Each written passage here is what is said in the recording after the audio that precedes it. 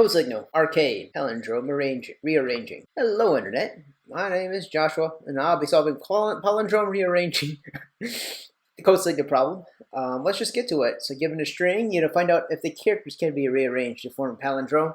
So you can see it right here, AABB. That's not a palindrome, but if you rearrange it to ABBA or BAAB, it's a palindrome. And so it's true.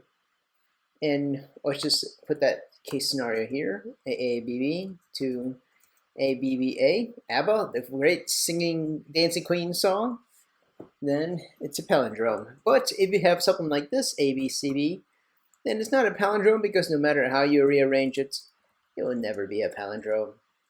But let's just say we have ACA. No, well, that's already a palindrome in itself. Then yes, because even though there's only one letter C here in the middle, it still has that reflection of the same, what a palindrome is. I mean, if you don't know what it is, here's some examples right here. All right. I suppose some things to consider is that if you're given a string, you want to, wait, what's this? Taco space cat is not a palindrome because backwards spells tag space cat. Oh, I see. So it seems like spaces are into consideration now. All right, some things to think about. I probably should have looked into this before. All right, let's see if we can get this right in one shot. So, I mean, I've been in so many palindrome questions and interviews. I noticed a pattern about palindromes. And have you guys know the pattern? Please like and comment below if you have. And I emphasize like. Just kidding. All right. Now, first thing, in a palindrome, there's always an even number of characters. No, yeah. For each character, it has an even number of it within that string, with the exception of one. There's always that one character, like this ACA, where it's all alone, but it'll be like the middle character. It could be one of these characters could be a middle character, so the rest of the elements can be distributed evenly from one side to the other. So with that in mind, what I plan to do is step one, iterate through each character in the input string. And when I do that, I'm going to add its value to a hash map. I'm creating a counter. After that, we iterate through each val at hash map, each key. And here's what we do. If we see more than one instance of an odd number, that means if you have more than one character that has an odd number of counts, there's no way that it can be a palindrome, we return false. And with that in mind, I think that takes care of those crazy scenarios when it's a space, a hashtag, parentheses, or whatever these evil interviewers inspired. Now let's go ahead and start this question. I need a hash map, character and integer. Integer is going to be the count, so just to keep this in mind, this is for each character, and this is to keep count of how many of them are there. Call this counter, new hash map. Let's hope I did that one right. Now we want to go through each character in the index. To make this easy, I'm going to do character C, and then that's going to be for each character input string. Oh yes, I probably should go over the space and time complexity of this question.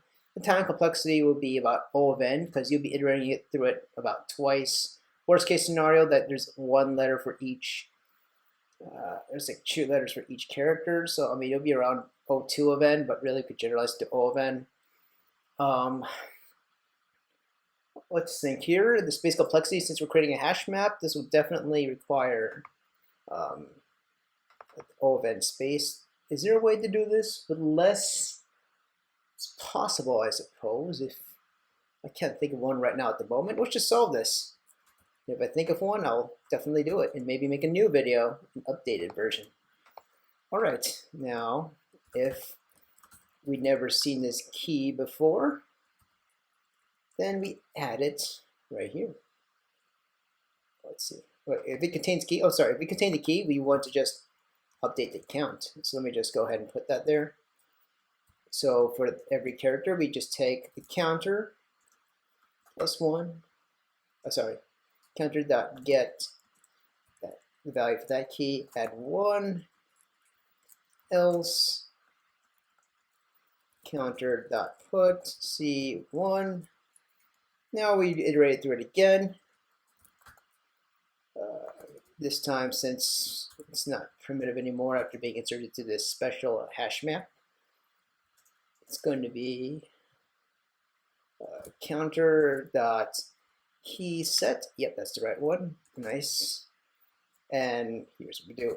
If the counter dot get C is equal, oh wait, modulus of 2. This is a way of checking if it's an even or odd number. If it equals 0, doesn't equal 0, 0. I think a better way to put this is that if it has a remainder, wow, can't type, then it's an odd number. Therefore, we return, oh no, we don't, we do this. We need to see how many odd numbers are there. Starts at 0. Odd plus plus. Now, if that odd is equal to 2 ever, we return false. Else, if it goes through it without any issues, it should return true. Now, let's see if that works. Now, usually, again, I always iterate this in every interview of good it works. There'll be times where you have to run through your code without running your test or submitting it. You can avoid spamming. So don't follow my lead on that one. I'm glad this works on my first try, but for the sake of time and your time, I hope the solution helps. To go over what I did again, I count the number of occurrences for each string value, regardless if it's a space, a period, or whatever. And if I iterate through this whole hash map again to get their counts, and if there's 2 instances of an odd number of them, then there's no chance if it can be rearranged to a palindrome. Also, there's no problems, it returns true.